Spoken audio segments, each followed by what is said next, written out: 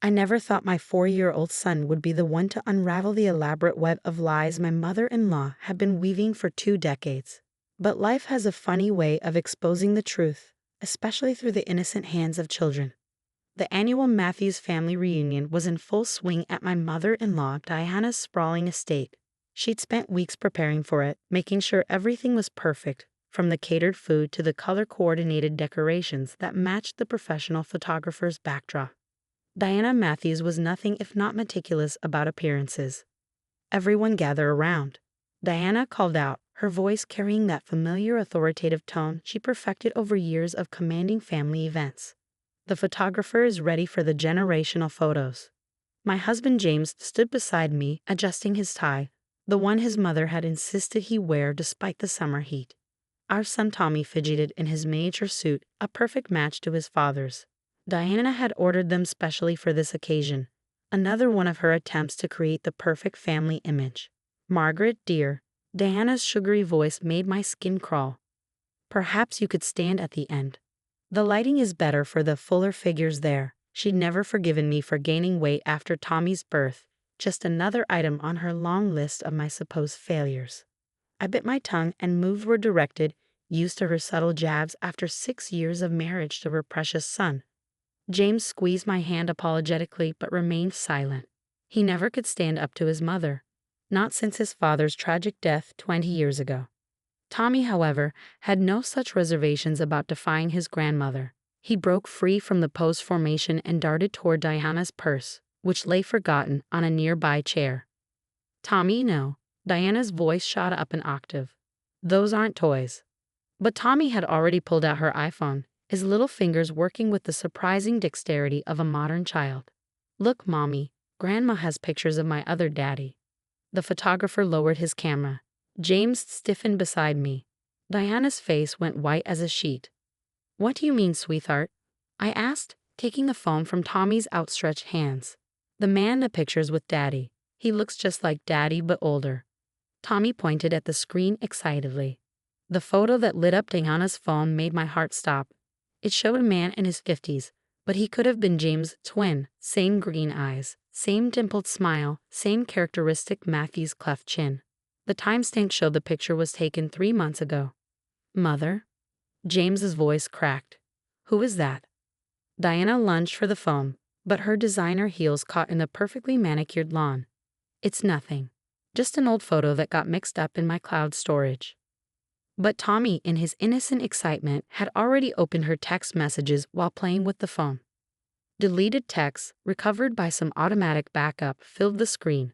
Messages between Diana and a contact named Robert spanning the last 5 years. Give me that phone right now. Diana's composed facade cracked completely. James took the phone from my trembling hands. I watched as his eyes scanned the messages, his face growing paler with each scroll. You told me he died, James whispered. You said he died in that car accident when I was 12. The assembled family members stood frozen, the photographer forgotten, as 20 years of carefully constructed lies began to crumble. James, darling, I can explain. Diana reached for her son, but James stepped back. Explain what, Mother? Explain how my father has been a lie all this time? How you've been meeting him behind my back? His voice rose with each question. These messages, you've been updating him about my life, about Tommy, about everything. I thought back to all the times Diana had insisted on taking Tommy for grandmother bonding. How she pitched a fit when we suggested getting him a DNA test after he was born, claiming it was an insult to the Matthews family name. How she always steered conversations away from James's father, claiming it was too painful to discuss. I did what I had to do. Diana's mask finally shattered completely. Robert was going to leave me for that woman. He was going to destroy our family. I couldn't let him take you away from me. The photographer quietly packed his equipment and slipped away. Family members began to murmur and shift uncomfortably. So you told me he was dead? James's voice was deadly quiet. You let me spend 20 years grieving for a father who was alive, who apparently wanted to be part of my life. Tommy, sensing the tension, wrapped his arms around my legs. Mommy, why is everyone angry? Did I do something bad? I knelt down to his level, hugging him close. No, baby, you didn't do anything bad. You helped uncover something very important. The truth, James said, still scrolling through the messages. You've been meeting him every month at that cafe on 5th Street, the same cafe where you insisted on having lunch with Tommy last week. Diana's perfectly manicured hands twisted together. He wanted to see his grandson. He's been begging to meet you both. But I knew if you found out the truth, you'd hate me. Hate you? James laughed bitterly. Mother, I don't even know you. More messages popped up on the screen, years of correspondence between Diana and Robert. Pictures of James at his college graduation, our wedding photos, Tommy's birth announcement. All shared secretly with a man who should have been there to experience these moments firsthand. James, please. Diana stepped forward, her expensive heels sinking into the grass. Everything I did was to protect our family. No, James's voice was firm. Everything you did was to protect yourself. Where is he now, Mother? Where's my father? Diana's silence was damning. The cafe on 5th, I said quietly, remembering all the times Diana had insisted on meeting there. Every Thursday at 2 p.m., according to these messages. Tomorrow was Thursday. James looked at his watch, then at me, then at our son, who was watching the scene unfold with wide, innocent eyes. I think it's time for us to leave. No. Diana grabbed his arm. You can't. He's not the man you think he is. I had reasons. 20 years of reasons, Mother. James pulled away from her grasp. I think I deserve the chance to hear his side of the story. As we gathered our things to leave, Tommy waved cheerfully at his grandmother, completely unaware of how his innocent discovery had just detonated a 20-year lie. Bye, Grandma. Next time can I meet my other grandpa? Diana collapsed into her expensive patio chair, her perfect family reunion in shambles around her. As we drove away, I could see her in the rearview mirror, still sitting there, surrounded by the elaborate decorations meant to showcase her perfect family, a family built on 2 decades of careful deception, undone in an instant by a 4-year-old's curiosity. James gripped the steering wheel so tightly his knuckles turned white. Tomorrow was Thursday. Tomorrow was 2 p.m. Tomorrow we would learn the truth about the man in the photos, and why Diana Matthews had gone to such lengths to keep him away from his son. The cafe on 5th Street looked exactly like it did in Diana's photos. A quaint little place with green awnings and wrought iron chairs outside. James and I sat in his parked car across the street, watching as the lunch crowd thinned out. It was 1:55 p.m. Are you sure you want me to come with you? I asked, studying my husband's tense profile. He hadn't slept last night. I'd heard him pacing, looking through old family albums until dawn. I need you there, he said quietly. You're the only real thing in my life right now. Everything else feels like a lie. Tommy was with my sister. We decided this first meeting needed to be just us. There would be time for grandfather-grandson introductions later, assuming there was anything left to salvage from this wreckage of family secrets. At exactly 2 p.m., a silver Mercedes pulled into the parking lot. The man who stepped out made James inhale sharply. Robert Matthews looked like James 20 years in the future. Same height, same walk, even the same way of checking his watch. Ready? I squeezed James's hand. He nodded, unable to speak. The bell above the cafe door chimed as we entered. Robert sat at a corner table, the same one from Diana's photos, staring into a cup of black coffee. He looked up as we approached, and his coffee cup clattered against its saucer. James, his voice was deeper than I expected, rough with emotion. I'd know you anywhere, son. James stood frozen, his hand gripping mine so tightly it hurt. 20 years of imagining his father dead, and here he was, very much alive and looking at James like he was seeing a ghost. Why? It was the only word James could manage. Robert gestured to the empty chairs. Please sit. I owe you more explanations than we have time for, but I'll start at the beginning. We sat. A waitress approached, but one look at our table's tension sent her retreating. Your mother, Robert began, then stopped, collecting himself. Diana was always intense about family. When we started having problems in our marriage, she couldn't handle the idea of divorce. It would ruin her perfect image. So you let her tell me you were dead. James's voice cracked. Robert's face crumpled. No, God no, I had no idea she'd done that until years later. She told me she told you I abandoned the family, that you wanted nothing to do with me. She had full custody, and her family had powerful lawyers. She threatened to make sure I never saw you again if I tried to contact you directly. But you've been meeting her here, I said, thinking of the texts, all these years. Robert nodded. It was her condition. She would show me photos, tell me about James's life, but only if I stayed away, only if I played by her rules.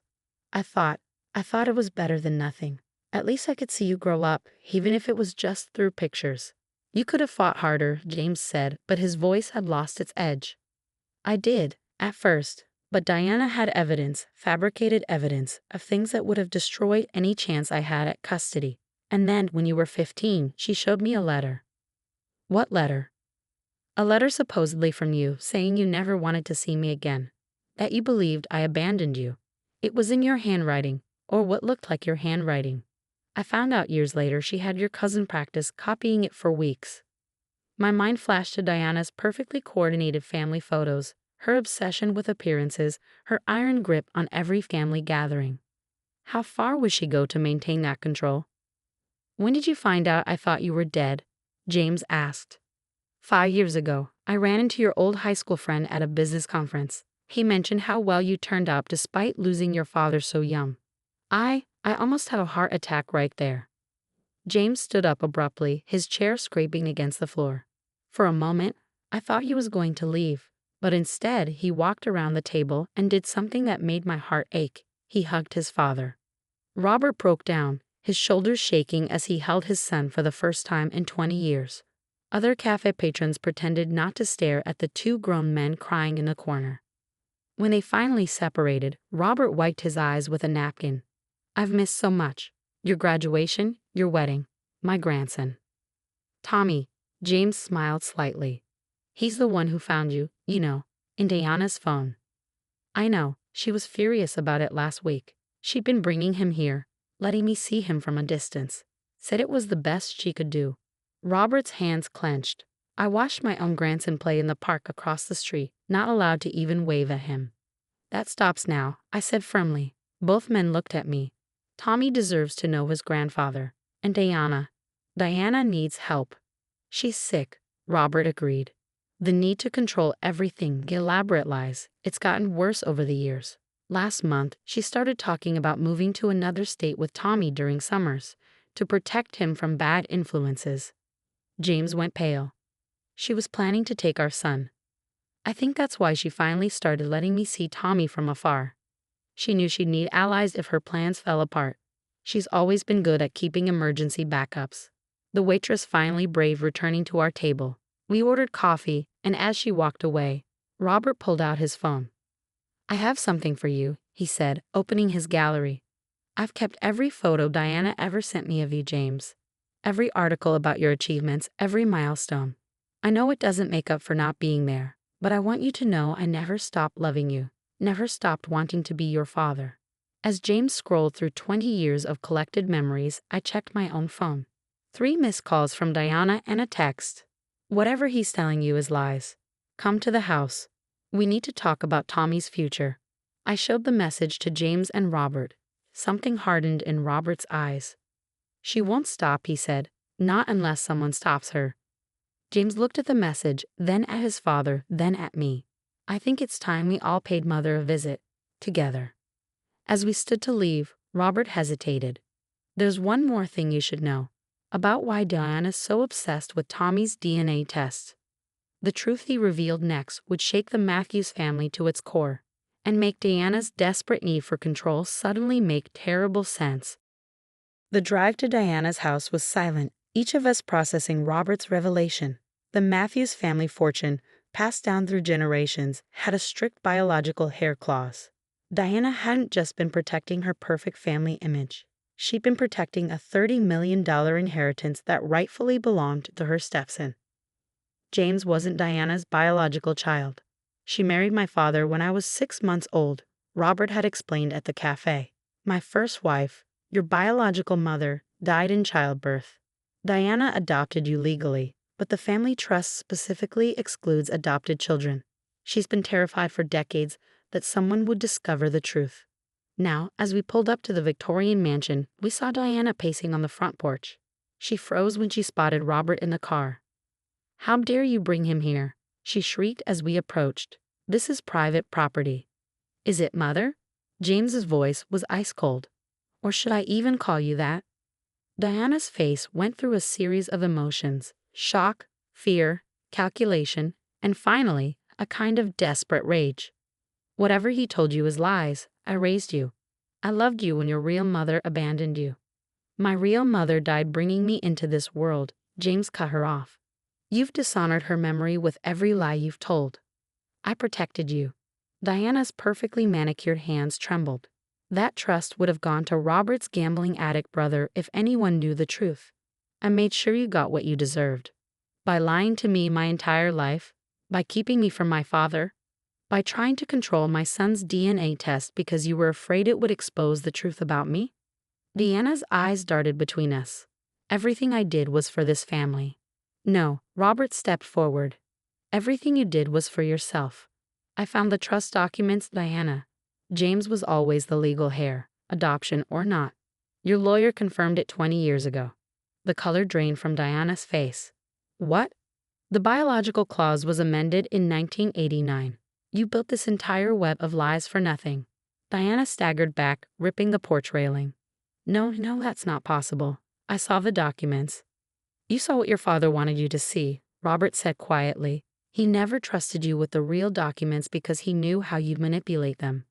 2 decades of unnecessary deception, of manufactured grief, of controlling manipulation, all crumbling in the late afternoon sun." "I have proof of everything," Robert continued. "The faked death certificate, the forged letters, the falsified evidence you used to threaten me. The trust attorneys are already reviewing it all." Diana's carefully cultivated facade finally shattered completely. She sank onto the porch steps, her designer dress getting dirty for the first time I could remember.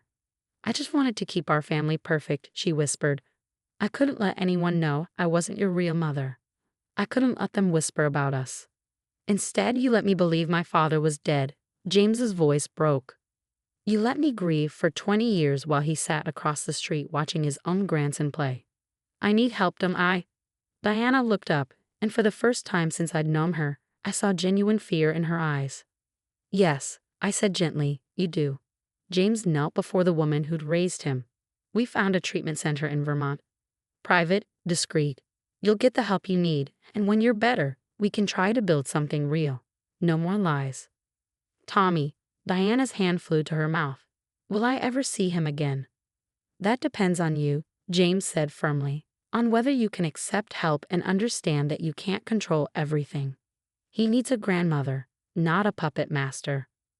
2 days later, we watched Diana check into the treatment center.